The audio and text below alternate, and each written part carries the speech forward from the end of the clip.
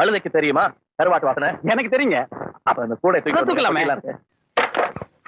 மனோ வாடா, யார் வந்திருக்காங்கன்னு பாரு. கருவாடு வந்திருக்குது. ஏங்க என் பேரை சொல்லக்கூடாதா? உங்க பேர் என்ன? அது சரி, கருவாடே சொல்லுங்க. கருவாடு வந்திருக்குது, சீக்கிரமா வாடா. மனோ எங்க நீங்க பச்சையா கொண்டு வந்தீங்க, குழம்பு வச்சு கொண்டு வந்து கூடாது. ஹலோ தேவலா, எப்படா வந்த? What a pleasant surprise. என்ன செஞ்சு போட்டுருக்க? கருவாடு செஞ்சு. ஓ கருவா, மோந்து பாரு. வா வாளே கருவா. What is this?